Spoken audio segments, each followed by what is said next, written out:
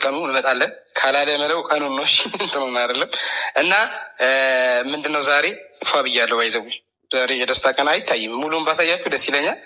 ሞር የዩቲዩብ ስታንዳርድ ደግሞ ብዙም አያሳይም እና ሁለት ቀን ሶስተኛ ቀኔ ነው። ሶስተኛ ቀን የቆየሁበት ምክንያት መለቀው ነገ ነው ብዬ ነው የማስበው እና የቆየሁበት ምክንያት ይሄኛው ቪዲዮ ከወር በኋላ ስለለቀቀ ነው። ብዙ ሰው ጋር አልሄደም። 100 ምናምን ሺህ ሰው ነው ያየው እና ሌላ ጊዜ 200 ሺህም 300 ሺህም ስለሚታይ ሁሉም ጋር ቢደርስ አሪፍ ነው። ይሄ ፓርት እንዲገባው ማለት ነው። እና ዛሬ የባለፈው ምን ነበረ ያላችሁ በአጭሩ ሳስረዳችሁ ገብታችሁ ይዩት ከቻላችሁ። ያው ከኡምራ ከተመለስን በኋላ የሁለተኛ ቪዲዮ ነው እና ባለፈው ምን ተፈጠረ ላይ አይሆንም ይቅርብሽ ብሎኛል። ማ ልጇ እኮ ውጭ አይ እዚህ አንተ እዚህ ያለው ነገር ይቅርብሽ ማለት ምን ነው? ከአንተ ጋር ያለው ነገር በጣም አይሆንም ባች የምርሽ ነው?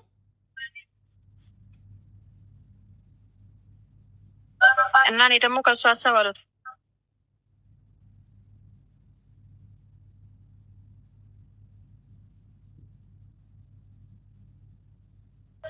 የምርሽ ነው? ያለውን ያሳለፈውን ሁሉ ነገርሽውና ከዛ አይሆንም አለ።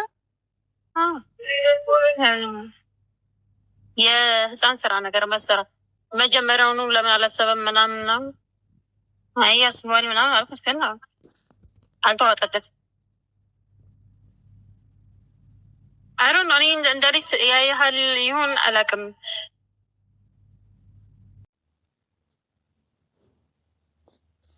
ካልተስማማሽ ልሂድ ካልሽኝማ በቃ በለሽ ከተነሳሽማ ይሁን እንጂ ሌላ ምን እላለሁ?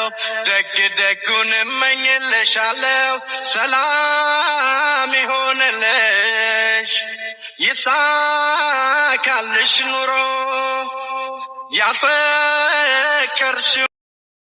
አሰላሙ አለይኩም ወራህመቱላሂ ወበረካቱ። ውድና የተከበራችሁ ቤተሰቦች እንዴት ናችሁ? ሰላም ናችሁ? ከነካችሁ ሰላም ነው። እንዴት ናችሁ? ደህና ናችሁ? ተጠፋፍተናል፣ ተናፍቃችኋል ውድ ፋሚሊዎቼ ማለት ነው። እና እንዴት ናችሁ? ሰላም ናችሁ ወይ? ወዳችሁና ፈቅዳችሁ ስለምትከታተሉኝ ከልብ አመሰግናለሁ ማለት ነው የኔ ውዶች። እና እስቲ እይታው ግን በጣም ብዙ ነው እይታው ወላሂ አልሐምዱሊላህ። ግን ላይክ የለም። እስቲ ላይክ አርጉ፣ ኮሜንት አርጉልኝ። እናንተ ኮሜንት እኔን ያበረታታኛል። በላይክ ስትጀምሩና ቪዲዮዬን ስታዩ ላይክ አርጉልኝ፣ ሼር አርጉልኝ፣ ሰብስክራይብ አርጉልኝ እና ቻናሉን ፈልጌው ነው ባካችሁ ውዶቼ። ላይክ እያረጋችሁ እውልኝ ማለት ነው ስታው እስከ መጨረሻው ቪዲዮዬን ደግሞ እስከ መጨረሻው እውልኝ። እና ዛሬ የመጣሁበት ዋናው ምክንያቴ ያው መግቢያው ላይ እንዳያችሁት ስለ ወንድማችን ኢሳም እና ስለ እህታችን ኢክራም ነው ማለት ነው። እና በጣም እንጃ ኢክራም ወላሂ ፕራንክ ነው ብለሽ ነይ ዛሬ እንጠብቃለን። በጣም ብዙ ፋሚሊዎቻችሁ እናንተን የሚወዷችሁ በጣም ብዙ ኢትዮጵያውያን ይጠብቃል የሰው ደስታ የሚያስደስተው ሰው ማለት ነውና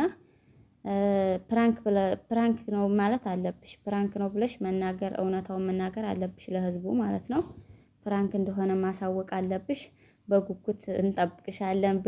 ብዙ ኢትዮጵያውያን አንቺን የሚወድ እና ኢሳምን የሚወድ በጉጉት እንጠብቃችኋለን። ወላሂ እኔ በጣም ነው እንትን ያልኩት ማለት ነው ያዘንኩት። ግን ፕራንክ ነው ብዬ ራሴን አጽናናዋለሁኝ እንጂ ፕራንክ ነው ማለት አለብሽ። የትናንትናውን ቪዲዮ ፕራንክ ነው ማለት አለብሽ። ኢሳም ወንድማችን እንደዛ ተደስቶ በደስታ ዝንጥ ብሎ እንደዛ ሬዲ ሆኖ እየጠበቀሽ እያለ አይ ወደ ውጭ የእውነት እኮ አባትሽ የሚወድሽ ተሆነ ማንኛችንም ከቤተሰብ እንትን አንወጣም። ግን የእውነት ደግሞ አባትሽ አንቺ ደስታ የሚያስደስተው ተሆነ መጀመሪያ አንቺ የመጀመሪያ ልጅ ተሆንሽ ቤተሰብ እኮ ተተመቻቸልሽ እርቀሽ እንድትሄጂ አይፈቅድም። የማንኞቻችንን ቤተሰቦች በችግር ምክንያት ነው እንጂ የምንወጣው ተተመቻቸልን ርቀን እንድንሄድ የሚፈልግ የለም ማለት ነው።